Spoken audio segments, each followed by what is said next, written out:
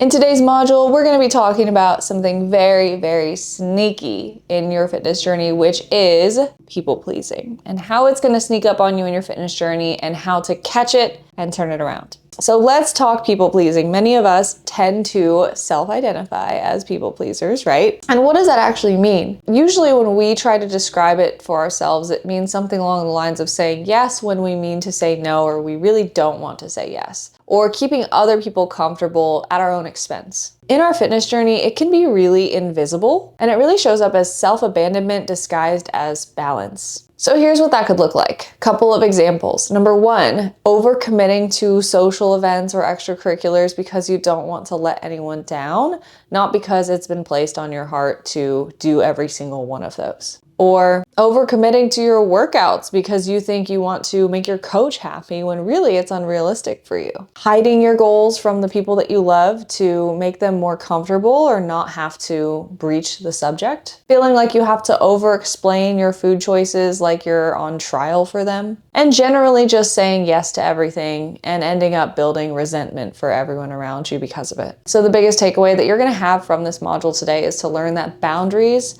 are not selfish. Boundaries are a form of protecting for yourself what in the past you have expected others to protect for you, and unfortunately, they don't. In this world, everyone is out for themselves in the best way that they know how. And for some of us, we grew up to learn how to survive by making sure everyone else was comfortable. But this can be one of our biggest downfalls in our health and fitness journey because it's primarily based on learning how to prioritize yourself, not in a way that hurts others, not in a way that actually damages anything outside of yourself, but in a way that actually makes you able to be more for others. And that can be really uncomfortable because our nervous system might interpret setting a boundary as something that's dangerous because we always grew up knowing that people pleasing was safe for us. So we're gonna break this into 3 sections: your significant other, your friends / coworkers, and then number 3, your family.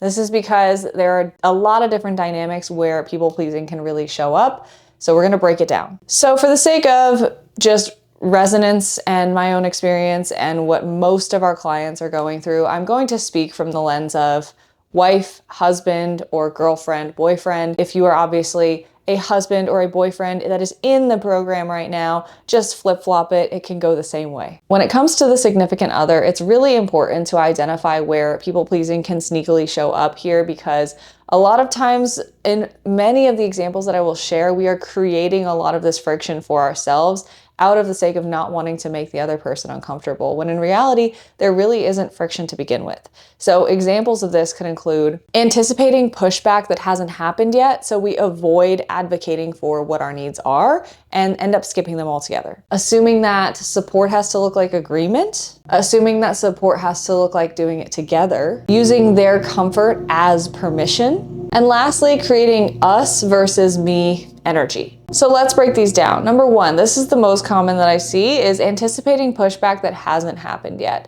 So let's say you want to add protein to your family dinners, or you want to add vegetables or fiber to your dinners, or you want to go get a lift in when normally it would be the time where you guys would watch TV. Tune into the inner dialogue. Where is our resistance coming from? Are we saying to ourselves, well, he wants me to spend time with him, so I would feel guilty if I went to the gym right now. Or he would get annoyed if I'm not eating what he's eating too. Or I don't know if he wants to eat vegetables, so I'm just not going to add them because I don't want to add friction. Or things like that. And the question that we need to ask ourselves here in this situation is this actual resistance or pushback that we're getting from our partner? Or is this actually our fear of being too much, making a change, taking the lead, or even just confronting potential friction? And I will tell you that for about 90% of the clients that we work with, they will make a change like this or suggest this to their husband or partner and say, hey, I'm gonna be adding X, Y, and Z to our dinners for this week. And does that sound good? Do you have any issues with that?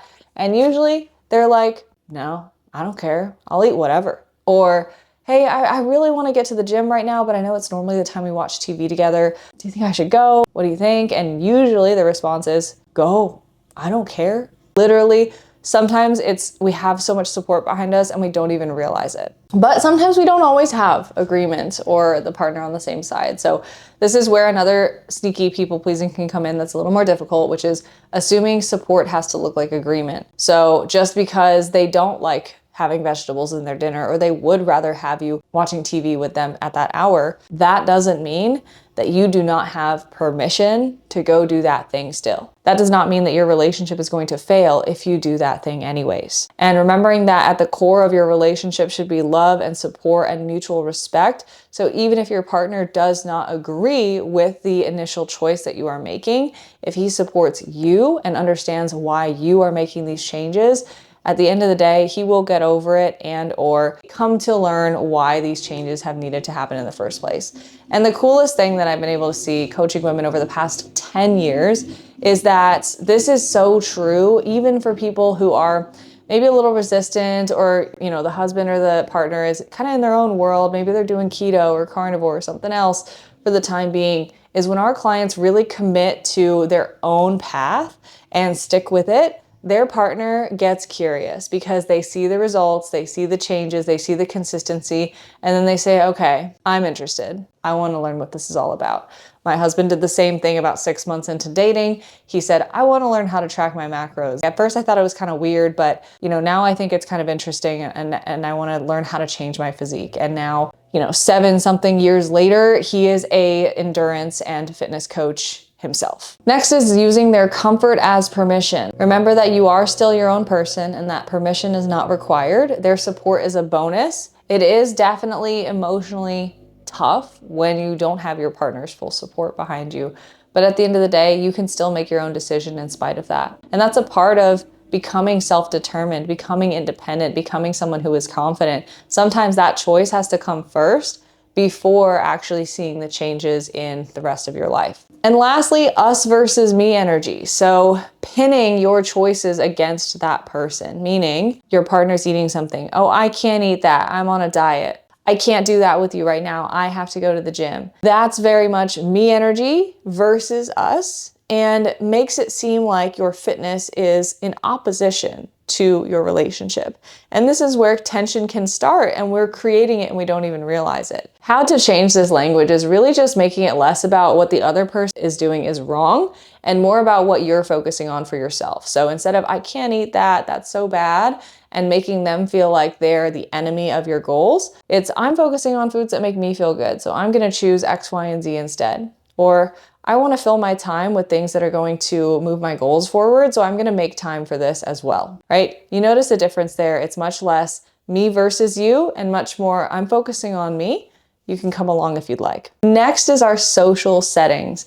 And this is where people pleasing can be really sneaky, because feeling like we belong in social circles is a psychological and biological need for human beings. If you've ever been in a situation where everyone's going around saying their drink order and you're there saying, I'm gonna order a Diet Coke, just a Diet Coke, and everyone's getting a beverage and you don't want to be the weird one at the end, and you sacrifice your own goals for the comfort of others, not being the odd one out. This is where it can really be sneaky, because at the end of the day, a lot of times, again, we are projecting our own discomfort out, where other people truly don't mind all that much what we drink, what we eat, but we feel uncomfortable being different. So some ways that you can level with yourself before events like these are asking yourself things like, am I making this choice from alignment or appeasement? Am I matching the room or am I matching my needs? And then my favorite question, what do I actually want from this moment, from this gathering? Do I want connection, relaxation? Like, what am I looking for?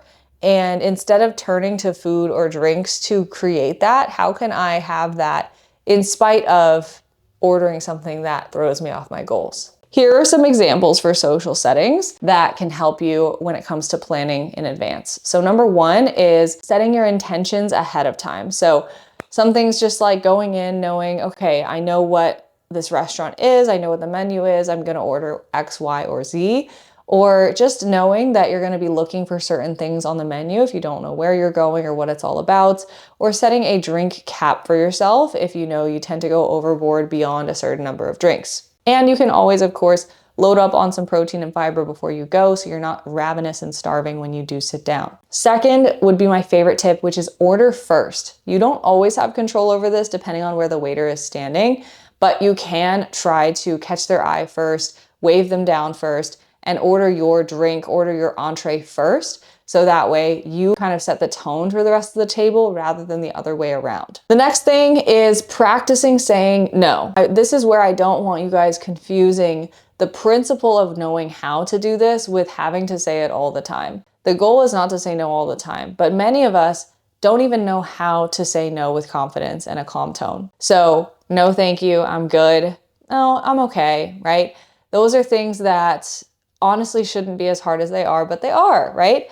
And so we need to practice it for the sake of knowing that we can, not because we have to all the time. And then when we have the skill of saying no, then we can deploy that at will in the future. And lastly, please just remember that belonging does not require sacrificing your own goals. True friends will not care what you order, what you eat, what you drink, what you don't drink, and maybe they do even have their own preferences for what they would like you to do, but if they love you, they will accept whatever you choose. If they do not, they might not be your true friends and they might be projecting their own insecurities onto you. Lastly, we have family. Okay, so family is a tough one because we are so close with our family, and especially in different cultures. I know for myself, being half Asian, I have a lot of clients who are either Asian or Latinx or different cultures around the world. That is another layer of complexity to food culture, saying no, prioritizing our goals. So we'll kind of cover all contexts here. But in general, when we are with family, a lot of times saying no can feel like betrayal to the person. It can feel like we are not honoring our elders, right? Not honoring our family. Depending on the culture, depending on how much weight they put on that sort of thing, it can be different. But at the end of the day, there is a higher sense of obligation to family in general, right? And here's some ways that I've found over the years to honor both my goals and my culture in respectful ways. So number one would be leading with appreciation before setting a boundary. So if someone's offering me food that I clearly do not want, does not fit in my goals, is too much for me, I would say, wow, thank you so much for putting this on a plate for me, cooking this, bringing this, offering this, whatever it might be. I would love to have a little bit right now and take some home for later because I know I'm gonna want to come back to this in the future, right? That feels very different than no, I don't want your cooking. You can also use later instead of no, right? You can say, oh, I would absolutely love some. I'm so full right now. I'm gonna come back to this later. Thank you so much. We can also redirect our focus to connection. When you are given a portion of food, you can say, I want to make sure that I really enjoy everything. I've missed your cooking so much. And then you can eat slower with smaller portions and still truly enjoy everything. You can also pre-frame your intentions before the gathering. You can say, I've been working on listening to my body better, so I might eat slower or watch my portions a little bit more. It's okay to state your goals out loud. Don't feel the need to over-explain though, right? Unless people directly ask, don't feel the need to overcompensate with what you're doing. Not because you shouldn't, but because you don't have to. And then lastly, when it comes to family meals, I understand that there are, cultural barriers, language barriers, generational barriers that some of our family members literally just might not get it, and they might be really pushy and actually take offense to things. And in that case, right, remember that one meal does not ruin your progress. It's the spiral that follows if we let that affect our perception of are we successful or not. So I hope you learned something good from this module overall and took away the fact that people pleasing is really sneaky in our health and fitness because it hides behind being easygoing, having balance, and making other people comfortable. But real balance that you're going to be proud of in the long run is built on honesty with yourself. Asking yourself things like, where am I shrinking myself to make others comfortable? Who am I afraid of disappointing by honoring my goals? And where am I confusing approval with connection? And when you stop abandoning yourself for other people's comfort, you will finally create the peace that you oftentimes chase through finding control over things. So just remember, you don't have to choose between being kind and clear with your goals. You can love other people deeply and still lead yourself first. Let your coach know where this module resonated, and we'll see you back here in the next one.